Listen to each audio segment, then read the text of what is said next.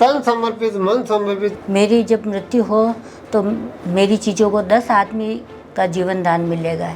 मर गया सीधे मसाने में, सब तो यहाँ पड़ा हुआ जीते जी मसाने में, वो दादाजी वहाँ पहुँच रहे हैं।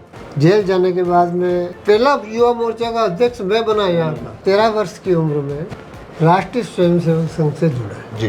मेरे इस शरीर से कम 3 से 4 लोग अच्छा जीवन जिएंगे, कैसा महसूस होता है आपको? तथा इंडिया सहर्ष अस्थिदान भी। तो उस समय से मेरे मन में मैंने कहा यार कितने पहले ही मैं उनको बाटा पटक दूँ, या मतलब अपनी भाषा में यूँ समझ लो। भले मैं 10 साल जीऊँ, भले 5 साल जीऊँ, पर मैंने ये संकल्प ले लिया, तू नहीं करेगी तो मैं दूसरों के थ्रू कर लूँगा।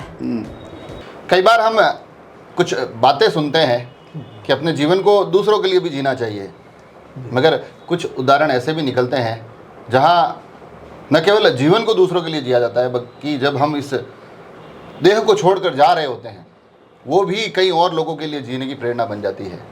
ऐसा ही एक बेहतरीन उदाहरण राजसमंद के उमा शंकर जी दादीज पेश कर रहे हैं। आपने अपनी देह दान की घोषणा की, हम आपके साथ हैं, बात करेंगे कि आखिर ये प्रेरणा कहाँ से मिली, ये प्रेरणा और भी लोगों तक पहुँचे, ये हमारी कोशिश रहेगी। पहले तो आपको बहुत बहुत प्रणाम। आपको भी बहुत बहुत कि एक आपने अनुकरण, ये पहले चाहता हूँ हमारे दर्शक आपका परिचय जाने, आपका पूरा नाम। उमा शंकर दादीज, मथुरालाल जी पार्वती देवी दादीज, और परदादा जी गोपाल लाल जी दादीज। प्रॉपर राजसमंद से ही? हम 100 साल पहले जाट सादड़ी एक गांव है, जी जी, जाट सादड़ी, चित्तौड़ जिला में, चकारडा के पास में, आवरी माता जी के पास में। वहाँ से सबसे पहले पिताजी के बड़े बड़े भाई को यहाँ लाए। उसके बाद में भोजन लाल जी बासाब थे, तो फिर एक भाई को लाए। तो उन्होंने सोचा यार पंडितों को यहाँ ले आए तो शिक्षा देंगे तो यहाँ पर जीवन बेहतर रहेगा। वहाँ से तो चारों भाइयों को यहाँ लेकर आके आ गए। तो आवरी माता की नगरी से प्रभु द्वारकाधीश की नगरी में आप पधारे। आज से 125 साल पहले आपका परिवार। हमारा जन्म तो यही हुआ। आपका जन्म तो यही हुआ, 125 साल पहले परिवार आया। हाँ, मगर अब उस 125 साल की यात्रा में भी एक और मील का पत्थर आपने जोड़ दिया है कि देहदान जैसी घोषणा की। ये प्रेरणा कहाँ से मिली? ये देहदान की घोषणा में 13 वर्ष की उम्र में राष्ट्रीय स्वयंसेवक संघ से जुड़ा जी। और जुड़ने के बाद में शाखाएँ चलाई बहुत जी।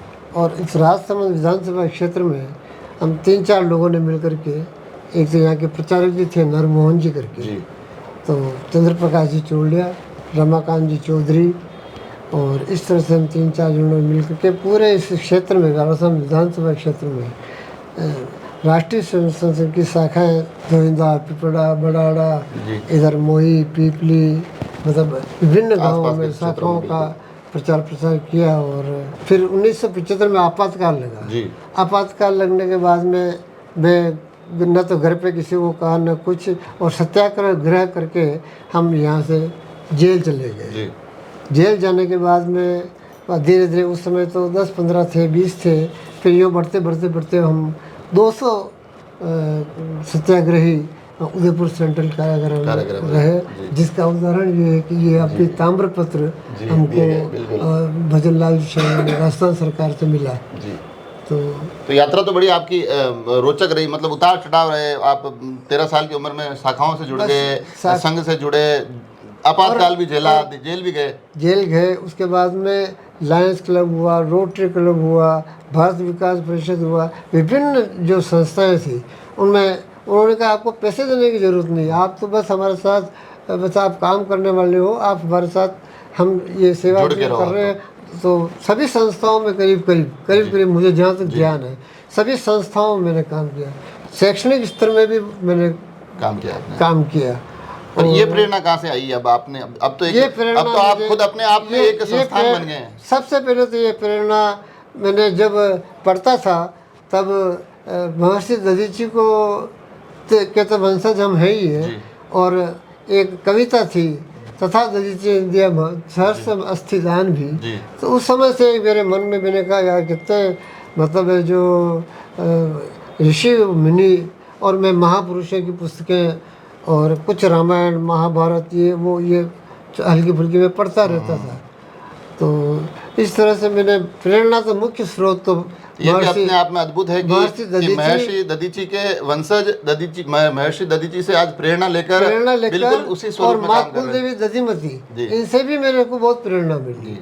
और माता पिता ने तो मेरे को ये समझ लो आप योगा बेटा कि तू जो कह रहा है अब मैं कुछ तेरे को कहूँगा नहीं बस, लेकिन तेरा निर्णय जो होगा वो मुझे मान्य हो। तो ये जो पूरा घटनाक्रम हुआ, आपने जब अपने परिवारजनों को, पुत्र को, अपनी सबसे मुख्य तो अपनी जो श्रीमती जी है जिन्होंने पूरी जिंदगी आपके साथ गुजारी, ललिता जी को आपने बताई, तो उनका कैसा उन्होंने रेस्पॉन्स दिया, क्या कहा उन्होंने, प्रतिक्रिया क्या थी? उन्होंने कोई प्रतिक्रिया, उन्होंने प्रतिक्रिया यही दी, इनको पहले तो मैंने 5-7 मिनट 10 मिनट समझाया कि मेरी ये इच्छा है और इच्छा तो बहुत पहले से है और जीवन भर मैंने यही काम किया है और पैसा कमा कर पैसा चाहता तो मैं एमएलए तक भी बन सकता था।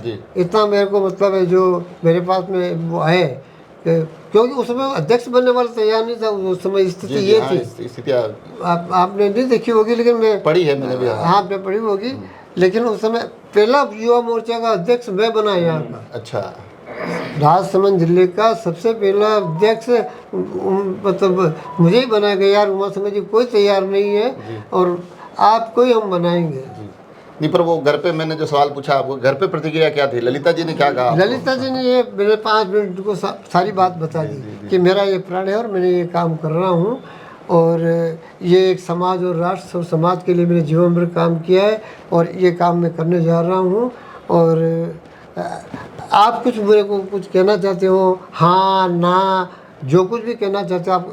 इन्होंने कहा आप जो कर रहे हो मुझे बहुत खुशी हो रही है कि आपने ये फैसला किया, तो अब उजागर कर रहे हो। ये पहले उजागर तो इसलिए नहीं किया कि जवानी के अंदर हम अगर इस बात को कहते हैं तो ये कभी नहीं मानती, क्योंकि काम बच्चे की शादी करनी फिर वो काम करने ये सब कुछ करने पहले ही मैं उनको बाटा पटक दूँ या मतलब अपनी भाषा में यूँ समझ लो।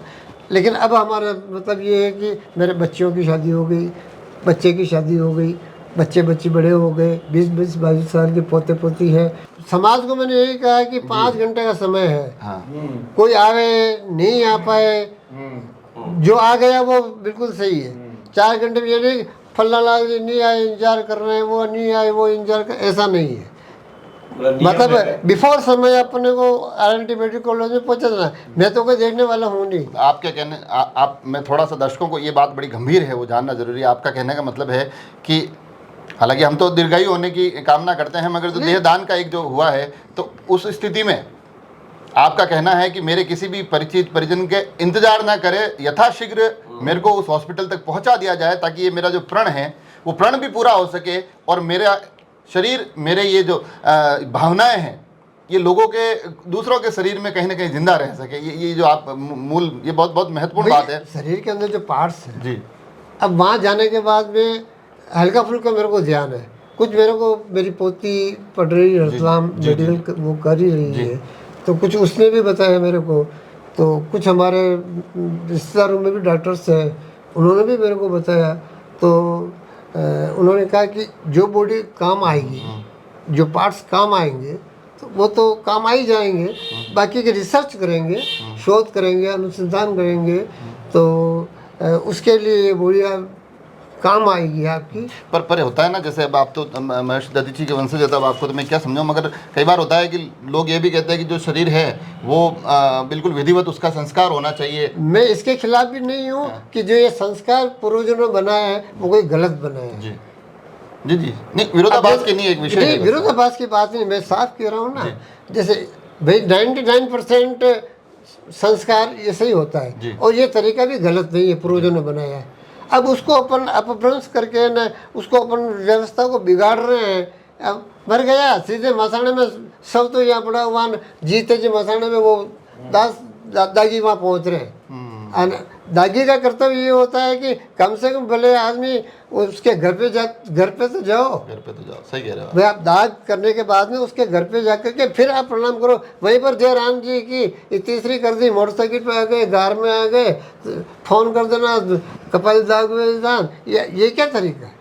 बहुत गंभीर बात है, तो बहुत गंभीर बात। मतलब इसका मतलब ये कि आप उसको मतलब जो प्रक्रिया है उसको खत्म करना चाह रहे हैं। एक सवाल आखिर में आपसे पूछना चाह रहा हूँ कि वो समय कभी तो आएगा पर आपके जो शरीर के अंग है वो किसी और के शरीर में उसको बढ़िया बनाएंगे, उसका जीवन जो मुश्किल में निकल रहा होगा उसको आप आसान बना दोगे। ये सोचते हो जब आप कि मेरे इस शरीर से कम 3 से 4 लोग अच्छा जीवन जिएंगे, कैसा महसूस होता है आपको? मैं तो भाई यही महर्षि दधीचि ने क्या प्रेरणा दी, यही प्रेरणा दी।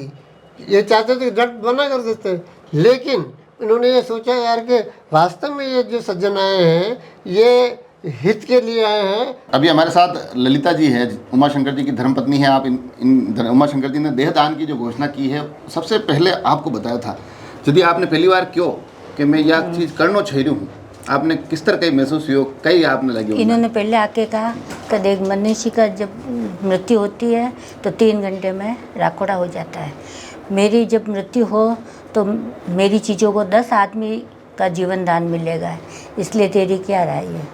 मैंने कहा कि अभी मेरा कुछ नहीं बोल सकती हूँ मैं। फिर 2-3 बार और बताया कि देख वहाँ पे कहीं गए, एक्सीडेंट हो गया तो वहाँ से वो शरीर आया ही नहीं, तो तुम क्या उसका दाह संस्कार करोगे? कहीं गए और कहीं नदी नाले में कैसे भी हो जाए तो फिर उसका दाह संस्कार तो होता ही नहीं है, तो भी रहते नहीं रहते। इसलिए मैंने तो ये सोचा है, तो एक तो तेरे हाथों से करेगी, करूँगा तो सही मैंने संकल्प ले लिया है। तेरे बच्चे भी सब सेट हो गए, तेरे पोते पोती सब सेट हो गए, और तेरी भी अभी इतनी ज़िंदगी नहीं है, मेरी भी अभी इतनी ज़िंदगी नहीं है, और मैं करूँगा तो सही, भले मैं 10 साल जीऊँ, भले 5 साल जीऊँ, पर मैंने ये संकल्प ले लिया, तू नहीं करेगी तो मैं दूसरों के थ्रू कर लूँगा। फिर आपने क्या कहा? फिर मैंने कहा मैं सहर्ष से राजी हूँ, आप करो, मैं आपका पूर्ण सहयोग दूंगी। कुल मिलाकर जो मैंने बात की है, मैं बड़े स्पष्ट तरीके से कह देता हूँ कि देहदान जैसा एक संकल्प लेना, एक प्रण लेना, उसको पूरा करने के लिए इतना कटिबद्ध होना कि परिवारजनों को ये कह देना कि मेरा इंतज़ार किसी के लिए मत करवाना, आप तो सीधा मेरे को वहाँ ले जाना। और ये सभी चीज़ों के बीच में जो प्रेरणा निकल कर आई है, महर्षि दधीचि अपने आप में जो एक ऐसा अनुकरणीय उदाहरण है, वहाँ से प्रेरणा है। इसलिए कहते हैं ना, महापुरुषों को बच्चों को क्यों पढ़ाना चाहिए, उन तक क्यों पहुँचाना चाहिए, क्योंकि वो प्रेरणा जो निकलती है ना, वो प्रेरणा कहीं ना कहीं उमा शंकर जी के जो स्वरूप में निकली है, उस स्वरूप में हम लोगों तक पहुँचती है।